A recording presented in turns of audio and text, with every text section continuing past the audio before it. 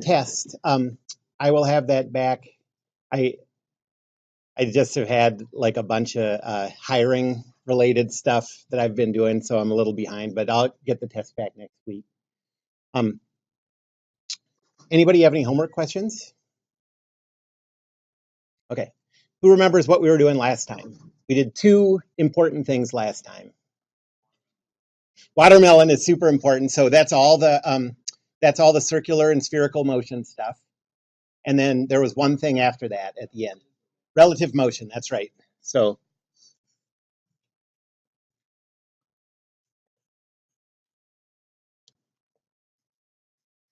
circular and spherical motion.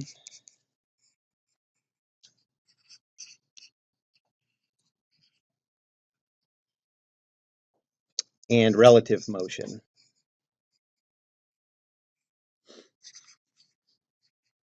And I think I said, mentioned what the most important application of these two things together is. Anyone remember what that was?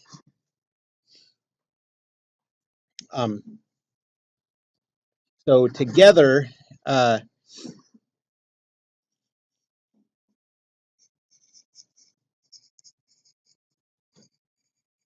let's say the most important combination of these two things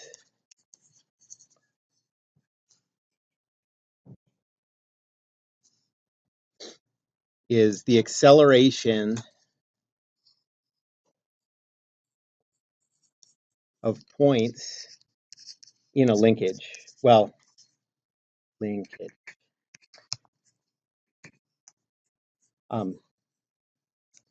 Acceleration and velocity. But so if you have a machine that has an arm like that with a pin connected to an arm like that, with a pin connected like that, and all of these things are zipping around. And this point P is doing something important for your application.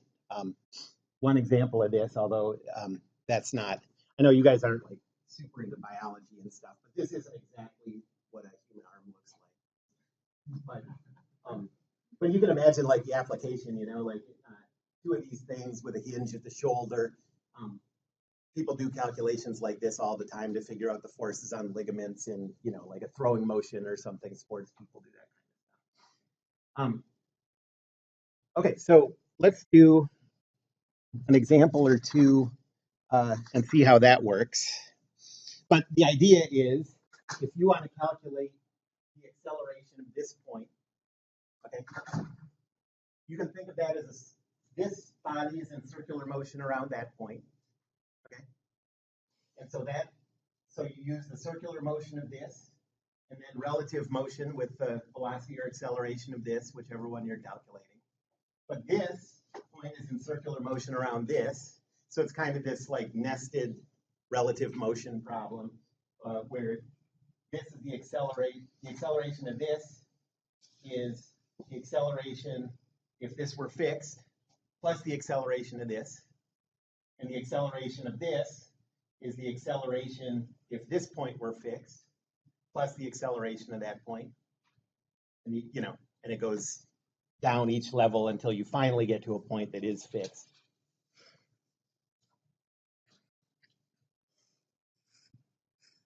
Okay, so that's what a linkage is.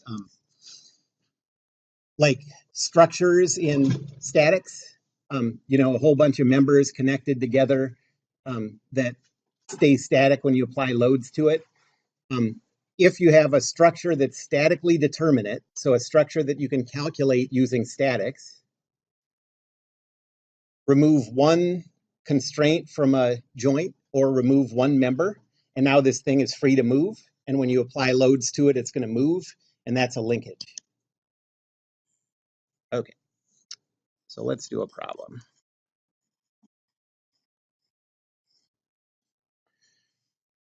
So here's a wall, and there's a pin connected to the wall.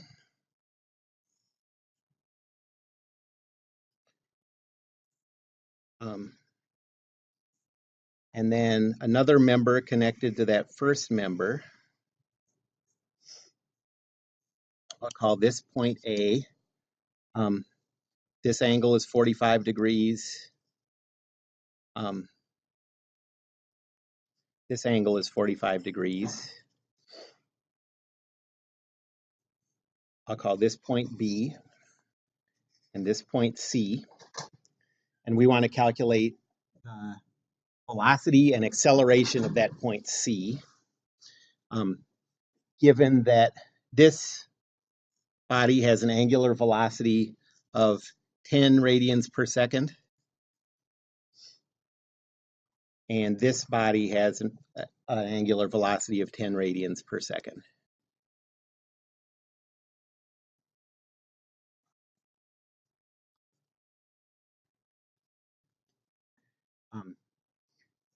And there are no angular accelerations.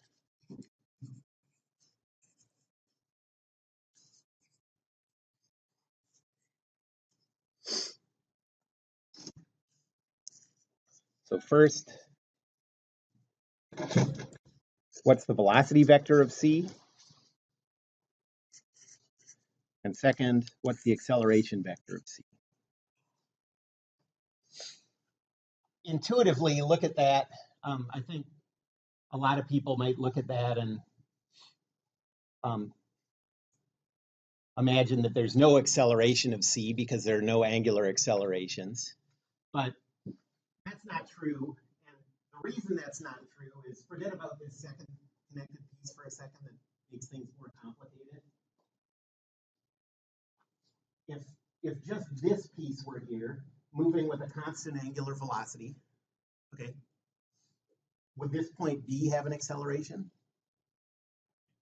Yeah, because it's in circular motion, and so it has a centripetal acceleration. Okay, and so same thing with this relative to this, and so yeah. In general, any point on this linkage is going to have an acceleration, whether there's angular acceleration or not. Physically, what is this thing doing? Can you picture what's happening physically with this structure at this instant? What? Good. Yep, exactly. That's exactly what it's doing. So it's symmetric because these two have the same angular velocities, and so it's just straightening out, going horizontal.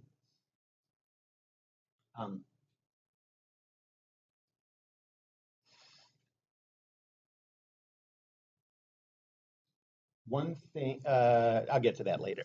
Okay, let's solve this. So first, the velocity of C. So the way we're going to think about this is the points that matter are A, B, and C. And we're going to use relative motion. A is equal to the ground, by the way. So actually, let's put the ground in place of A. And so what we're trying to find is the velocity of C relative to the ground, right? So the velocity vector of C relative to the ground is equal to the velocity of C relative to B plus the velocity of B relative to the ground. We know that this form of the relative motion equation is right because if you check the fraction multiplication, C over G is equal to C over B times B over G.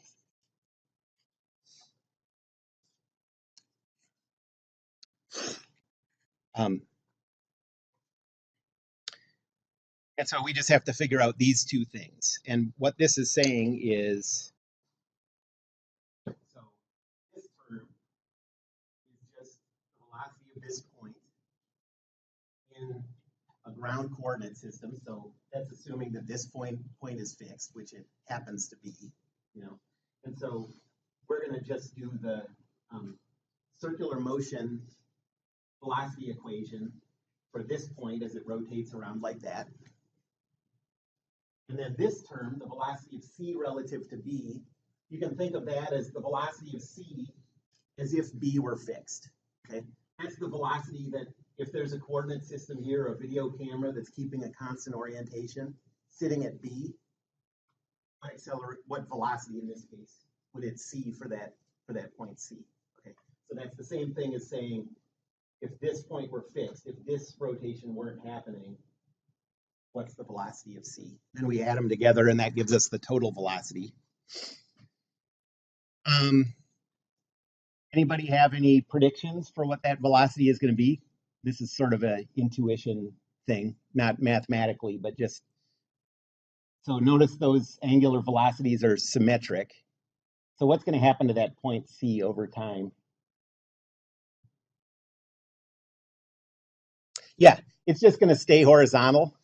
It's just moving this way. So if we have a coordinate system oriented like this, x, y, this, I hope, is going to have a positive x component for the velocity. All right, so first, the velocity of b relative to the ground is equal to the angular velocity of that body crossed with the r vector. What is the angular velocity vector of that left body?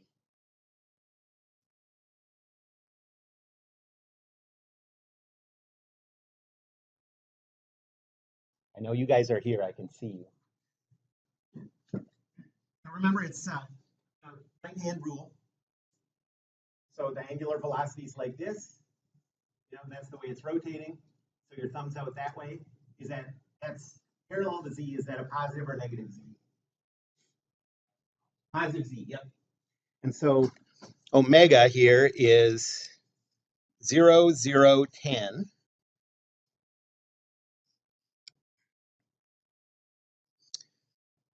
Oh, I need to give length. I'm sure it's 1 meter because that's what a lazy person would do.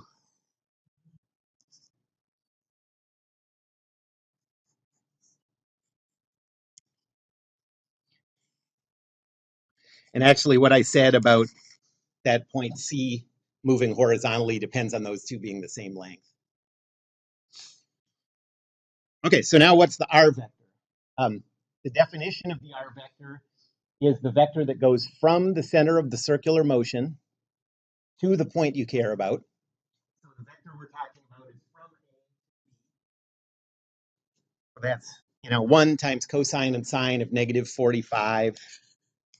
So that's 0.7071, negative 0.7071, 0.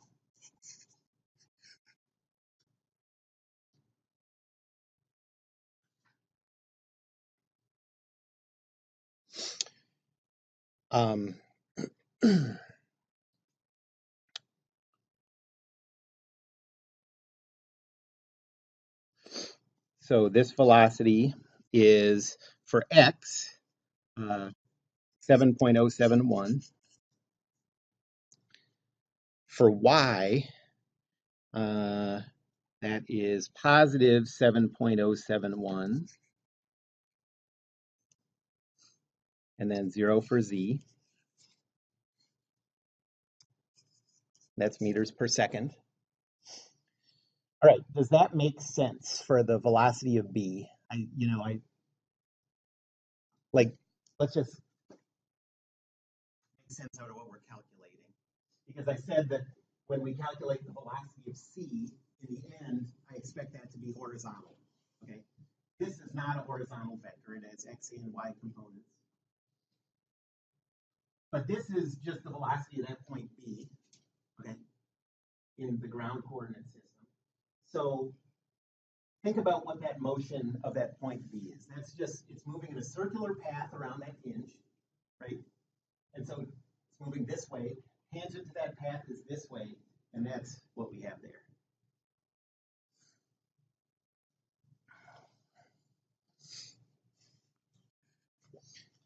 And now the velocity of A relative, of C relative to B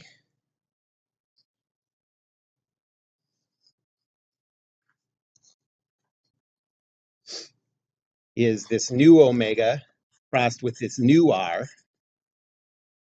You know, I don't know, I'll make this omega 1, R1, this is omega 2, R2. So what's omega?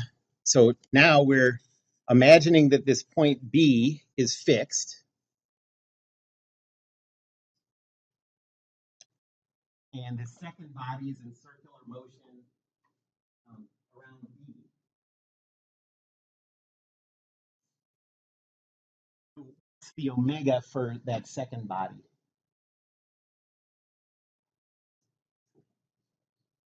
Yeah, that's clockwise rotation. So your thumb's pointing in the negative Z direction. So that's 0, 0, negative 10.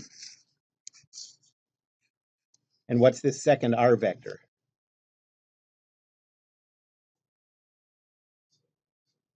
Yep, yep, exactly. So that's cosine and sine of positive 45 degrees.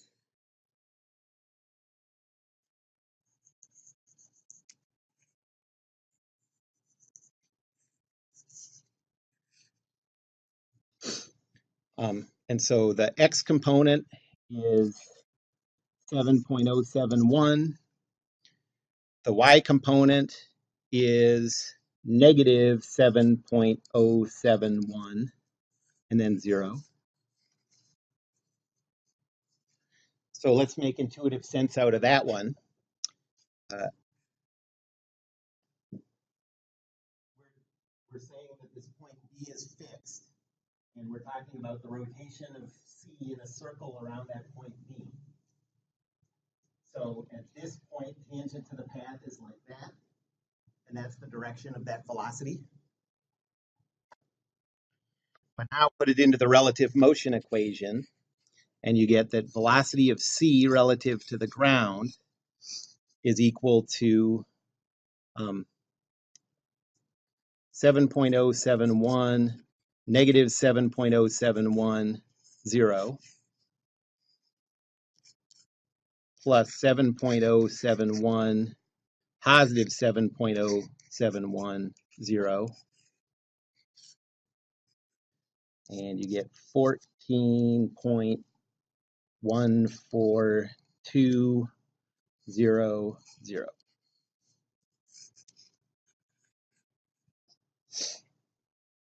Yep, so it's moving in the positive x direction, just like we figured it would before we started.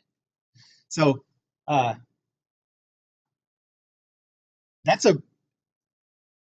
you've probably at some point or other, in passing at least, like wondered how you would do a problem like that, where you have all these things going on. How do you combine all these motions? This is how you do it with relative motion. And, you know, just by putting circular motion and relative motion together, it's a pretty like powerful thing for machines, robotics and stuff like that.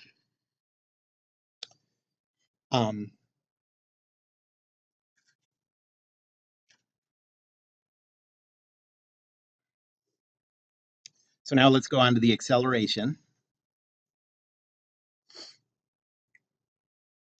And the acceleration of, we're looking for the acceleration of C relative to the ground. The relative motion equations are going to look the same, just acceleration version. And that's equal to the acceleration of C relative to B plus the acceleration of B relative to the ground.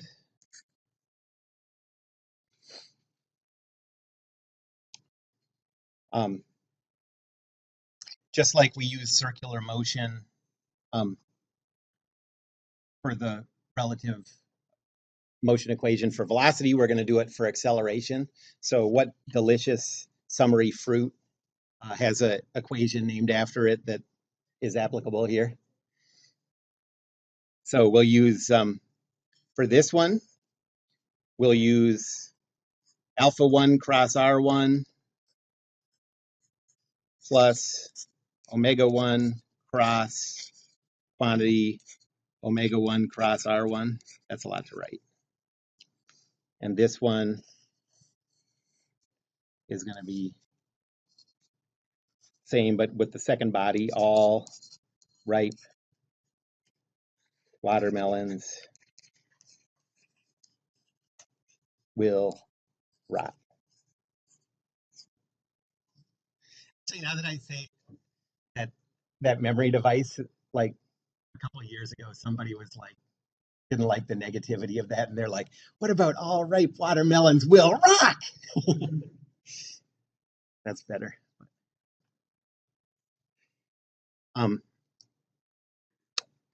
Okay, so acceleration of B relative to the ground. Doesn't matter what order you do this in, obviously. So what's alpha? So 2, we're talking about the right body. What's alpha for the right body? 0, yep.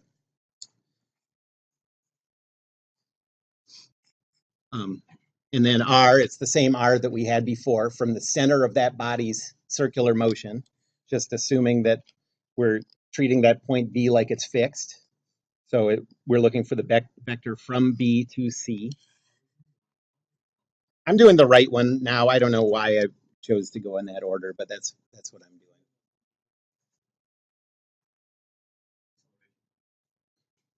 I'm doing this one. Oh, B with yes, you're right. You're right. Yes, thank you. Okay, B with respect to ground. So for that one, we're saying A is fixed, which it happens to be, and doing the circular motion of B around that point. Okay, so what's R for the left body? Yeah, right. It's the same one that it was before, 0.7071, negative 0.7071, 0. So that goes away. And then plus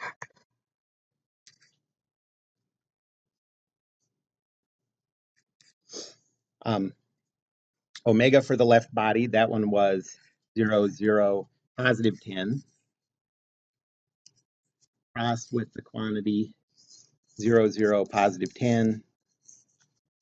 Cross 0.7071, negative 0.7071, 0.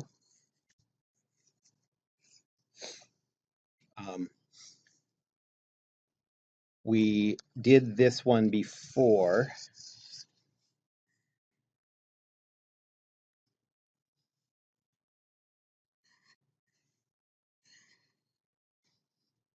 So that's 7.071, 7.071, 0. And now the cross product of 0, 0, 10 and this one here. So the x component is negative 70.71. The y component is positive 70.71, and the z component is 0 meters per second squared. Okay, so let's think about what that means. Negative x, positive y. We're talking about the acceleration of this point B, and it's this way. So that's entirely a centripetal acceleration, which we know because we crossed out the tangential acceleration term. But notice that there's no angular acceleration of any of these bodies. That's a really big acceleration. That point B because of how quickly this is rotating, has a, centripetal acceleration of 7 Gs.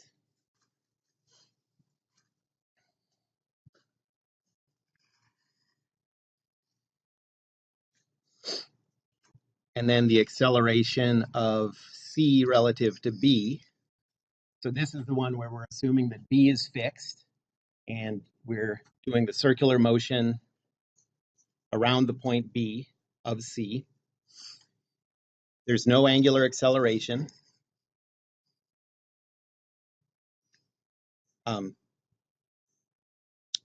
The vector from B to C is positive 0.7071, positive 0.7071, 0.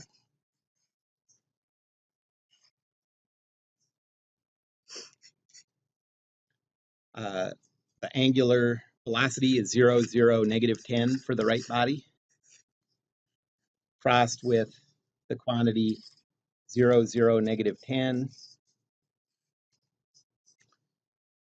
crossed with R, so 0.7071, 0.7071, 0.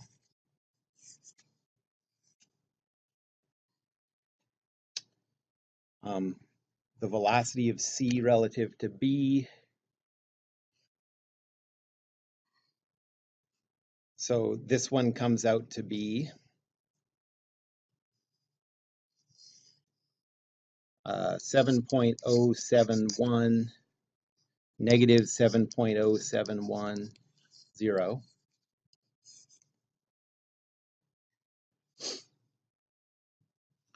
And so the cross product of 0, 0, negative 10 in this vector is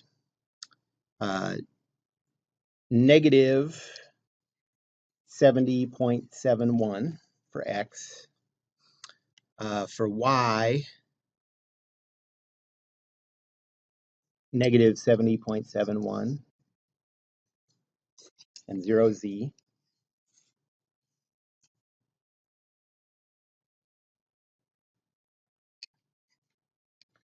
And so altogether, the acceleration of C relative to the ground is equal to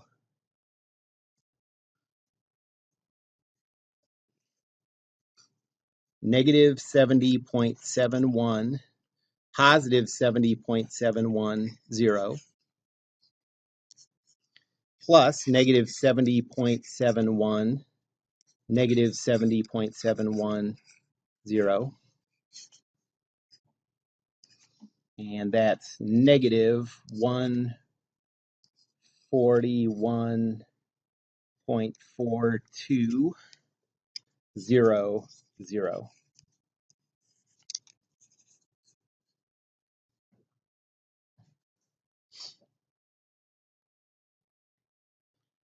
So that point C is moving this way, but its acceleration is this way. So how would you describe that motion? It's moving like that. It's speeding up or slowing down. Slowing down because the acceleration is opposite the velocity. Any questions about any parts of that? I think the hardest thing to get used to with these problems is really just like the bookkeeping. Once you make sense out of how these two things fit together, especially if you have more than two bodies. But there was no angular acceleration in this problem, and there was still all this writing. It makes you think like it would be nice to have the watermelon equation, especially programmed into your calculator. Be able to enter those vectors, and it does all the math. Yes.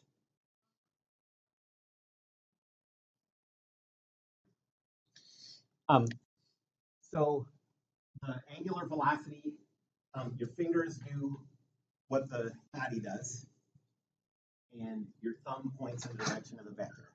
So for the left body, your fingers go counterclockwise, and so your thumb points out. And so that angular acceleration vector is out.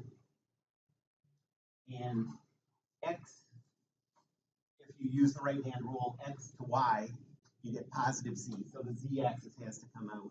So this one is 0, 0, positive 10. And then this one, it's moving clockwise. So fingers go clockwise, your thumb's going in, the z-axis is out, so that's negative z. Okay, does that make sense? Any other questions about that? Yes. The right hand rule? Yeah. Yeah. So let me draw a picture.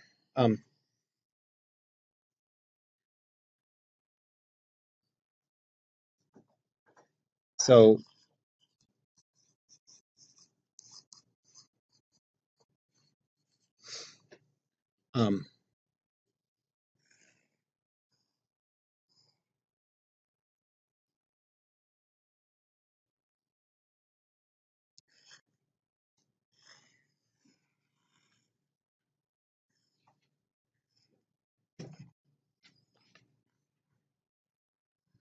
fisheye lens.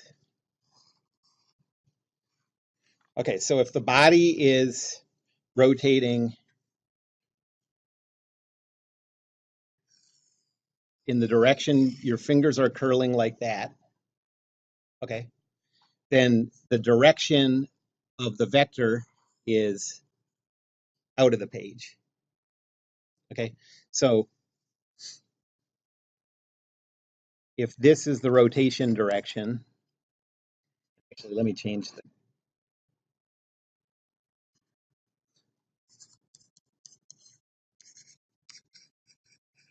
Okay, so that's the rotation direction. Then your thumb is pointing this way, so that's the omega direction.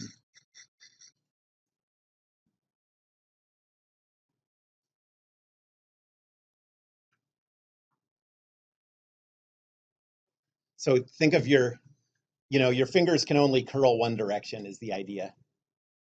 And so make your fingers go in the direction of the rotation. And then if you do that, your thumb is pointing in the direction of the vector. Be sure you do it with your right hand. On tests, especially, I always see people who are like writing with their right hand, so they do it with their left hand. Can't do that. Otherwise, they would just call it the hand rule. So now let's do the same thing again with this body. So make your fingers, body's rotating this way. That's what the arrow says. So make your fingers curl in the direction of the motion, and then your thumb's pointing into the page, which in this case is the negative z direction. Yes.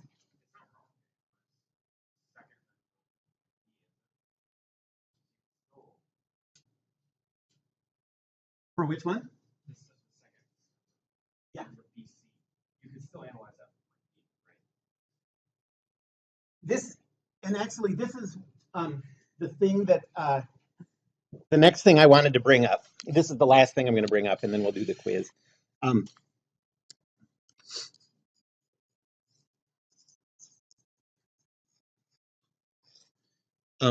Rotations are never relative to other bodies.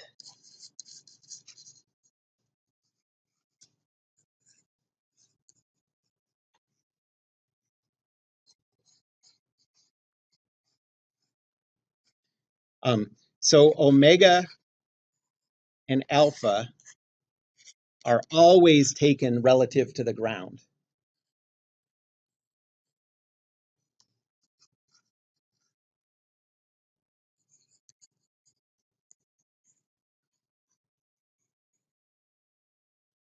So let me show you.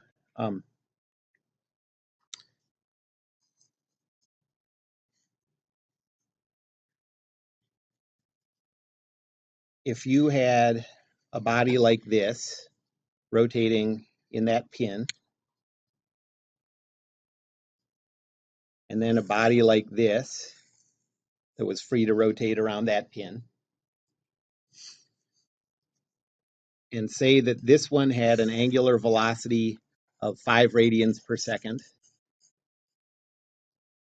and this one had an angular velocity of 5 radians per second. What is that structure doing? Or here's what happens to the angle between those two. So if you're thinking about that, this rotation is relative to this body, which it sort of makes sense, especially at least intuitively, because in a way this is sort of riding this, you know. Then you would think that that angle's closing. But actually, what it's saying is this is the speed that that orientation of this is changing. This is the speed that that orientation is changing. And so the whole thing is moving while that angle stays constant.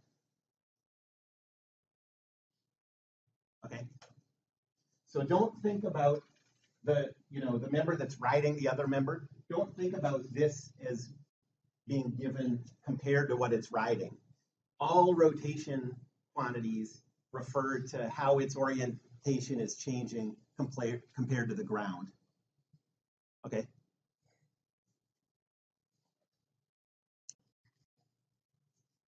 So this angle theta stays constant.